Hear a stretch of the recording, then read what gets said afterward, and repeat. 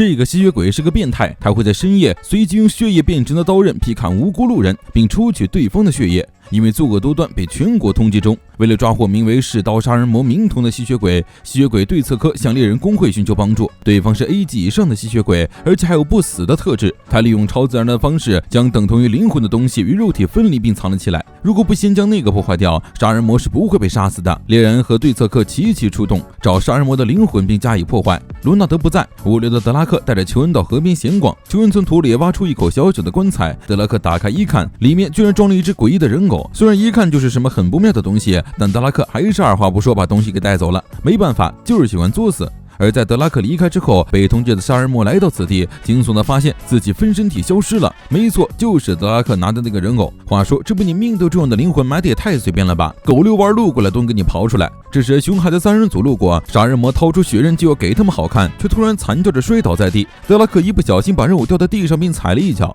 而人偶和杀人魔本体之间是有共感的。熊孩的艺高人胆大，发现杀人魔就是被通缉的吸血鬼后，反手掏出浆糊，恶整了一顿杀人魔之后，拔腿就跑。德拉克带着人偶来到猎人工会，见罗纳德不在，就点了杯牛奶，边喝边等。追着分身的气息的杀人魔来到街上，正好遇到巡逻的厨师。他本想了个背后偷袭，却没想到会长的女儿不小心把牛奶泼到了人偶身上，杀人魔被烫得满地打滚。然而这只是他噩梦的开始。德拉克给人偶擦脸，差点捏爆他的眼球。而从厨师的视角来看，就是一个醉汉莫名其妙滚到他面前惨叫。杀人魔非常愤怒，刚想发起攻击，胯下就突然传来了断子绝孙的剧痛。德拉克嫌人偶碍事，居然直接将他插进了板子上，这种痛苦是个男人都忍不了啊！杀人魔痛不欲生，厨师也吓坏了，这是突发恶疾了吗？需不需要叫救护车呀？杀人魔挣扎着起身，今天说什么都要杀了厨师，却不想德拉克居然撕掉了他湿哒哒的衣服。杀人魔当着厨师的面上演了一场变态暴衣，厨师二话不说就要拔刀，太可怕了，居然是暴露狂，以为这就是社死巅峰了吗？远远不是。西尼亚见人偶没衣服穿，热心给他套上了一套性感兔女郎，是变态，确信是变态无疑了。厨师说什么都要以猥亵罪将这个暴露狂捉拿归案。杀人魔夺命狂奔，至少也让他以杀人魔的身份被捕吧。他追他逃，他插翅难逃。好不容易快要找到自己的分身所在，德拉克又一不小心直接把杀人魔压成了瘫痪。变态杀人魔族，一只叫菩萨的野猫闯进了罗纳德家里，爬进天花板管道的深处出不来了。罗纳德和德拉克以及前来巡查的厨师正在想办法把猫弄出来。德拉克提议让裘恩去舒服对方，结果裘恩的壳太硬卡在管道里，还惨遭猫挠脸。厨师提议用吃的把猫引出来，桌上还有德拉克昨天烤好的饼干，厨师尝了一口之后就停不下来了，做的这么好吃，男人你是不是想勾引我？想了半天还是把猫下出来比较快，遇事不决就杀德拉克往缝隙里倒灰。德拉克进去了，但他一直在把猫单方面暴杀。很快德拉克发现了不对，但等他提醒已经晚了，跳出来的猫狠狠给了厨师一口，它居然是一只拥有催眠术的吸血猫。厨师被控制成了猫奴，反手把想要制止他的罗纳德摔下了楼。这是一只吸血鬼猫，他想要将全世界人都催眠成猫奴，为他进些猫罐头，只要愿意投降就可以摸他的毛屁股哟。居然还有这种好事，搬砖暂停，我来。罗纳德时动然拒，却不慎被早就催眠的裘恩偷袭，也成了猫猫的奴隶。这一下就只剩德拉克一只鬼了，催眠术对同族不管用，于是猫猫决定把德拉克抓起来当猫砂用，铲屎官都不需要，直接当厕所。罗纳德说德拉克做饭很好吃，于是猫猫表示德拉克以后每周当3天厨师4天厕所，他居然想吃厕所做的饭，实在是太变态了。猫猫只是奴隶，轻而易举的把德拉克拽了下来，却不想德拉克居然留了后手，他事先打通了福坚先生的电话，下一秒福坚推门而入，德拉克哈哈大笑，这就是他们的王牌，活生生的人肉战俘。但他万万没想到，福坚先生不用被催眠，就是个不折不扣的猫奴。猫猫入侵世界，人类要灭亡了，但是怎么说呢，灭了又没完全灭。福坚先生对喜欢的事物充满了独占欲，简而言之就是个病娇。猫猫这么可爱，当然只能属于他一个人。反正就是这样，猫猫危机解除了。事后福坚将猫猫带给他们来看，可怜的猫猫已经完全被调教成了福坚先生的样子呢。休假日，罗纳德外出，德拉克就在家里和裘恩打游戏。半天突然不请自来，他今天休假过来找德拉克玩。为了难得的休假日不被打扰，他在大楼四周设计了芹菜陷阱，到人家家里玩还不让主人回家，不愧是你。罗纳德发了一堆求救信息给德拉克，都被他无视了。德拉克很好奇半田和罗纳德之间的恩怨，就见半田不知道从哪掏出一个投影仪和一堆资料，就让他详细讲讲他和罗纳德之间的爱恨情仇吧。是黑粉吧？这绝对是黑粉吧。简单来说，就是从开学第一天开始，坂田就单方面的把罗纳德当成自己的敌人，像缠人的地雷一样，以击败罗纳德为目的展开了行动。可以说是有阴沉又充满了活力的青春。坂吸血鬼可以藉由服用血液药剂短时间提升身体能力，他利用这个能力在罗纳德上学的路上挖地洞，用桌子排大字，把罗纳德爱吃的面包全包下来。学校的报刊记者硅谷天天追着他跑，每天报道他的奇行新闻。德拉克忍不住吐槽，比起恩怨实录，倒更像是他给罗纳德添麻烦实录。坂田表示那都不重要，他曾经可是救过罗纳德一命的。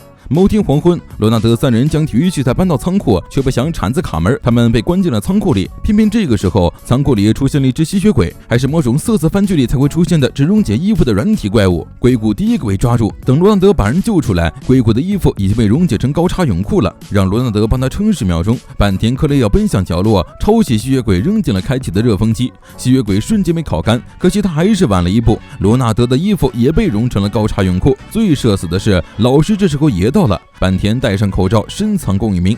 从某种程度上来说，他确实救了罗纳德一命。如果那个吸血鬼不是他自己放进去想整罗纳德的，就更好了。坂田得意地谈起了罗纳德穿着泳裤和他道谢的样子，殊不知沾满情字的罗纳德就在身后听完了整个故事，愤怒地给了坂田一记升龙拳。一只吸血鬼突然闯入罗纳德事务所，说有人在追他，求罗纳德让他躲一下，语气实在太过焦急，罗纳德根本无法拒绝。两鬼一人躲进了天花板上，紧接着一个丰满的女人闯进了事务所，跟踪狂样地寻找着躲起来的吸血鬼。吸血鬼叫亚当，是个混入人类社会的半吊子。2个月前，他饿得不行，在街上搭讪了一个小姐姐，却没想到吸引了这位女中豪杰西美的注意。西美对亚当一见钟情，开始像痴汉一样疯狂纠缠他。亚当只好告诉他自己是吸血鬼，却没想到西美更加变本加厉，要求亚当吸他的血。再然后就变成这个样子。亚当委托罗纳德帮他摆脱西美的纠缠，他听说这里能够驱除吸血鬼的烦恼。见西美离开，德拉克跳下去继续玩游戏，却不想西美突然折返，一把搂住德拉克，看把人家孩子吓得都化成灰了。因为被爱情冲昏了头脑，西美的行动变得很恐怖，看得罗纳德都心惊肉跳。最后还是答应亚当逃出去。2个人走天花板上的暗道，看到楼上，准备趁西美在事务所时偷偷溜走。然而西美早就在楼上蹲守了。亚当吓得慌不择路，从逃生梯冲向马路，结果迎面而来一辆大卡车。就在他即将被大卡车撞飞去异世界之时，西美突然扑上来将亚当推开，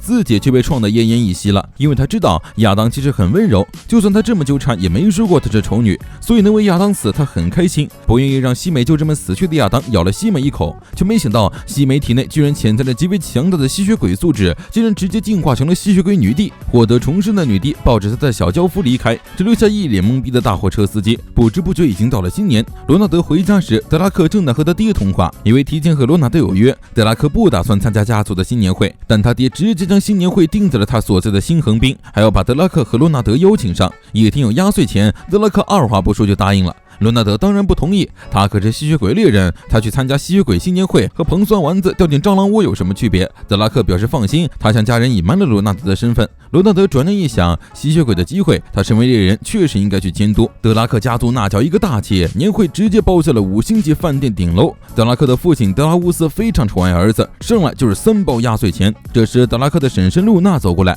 他听德拉克说罗纳德的职业是钢管舞者，问他们是怎么认识的。德拉克插嘴说是在车站表演时认识的，没想到德拉克居然说他是跳钢管舞的。罗纳德发誓回去要宰德拉克5亿次，德拉克也没办法，因为他还没拿城堡毁的事告诉家里人。那座城堡原本是他祖父的，要是家里人知道被毁了，可能有点生气，倒是不会动手，毕竟他们一族对人类十分友善，但打个官司他还是可以的。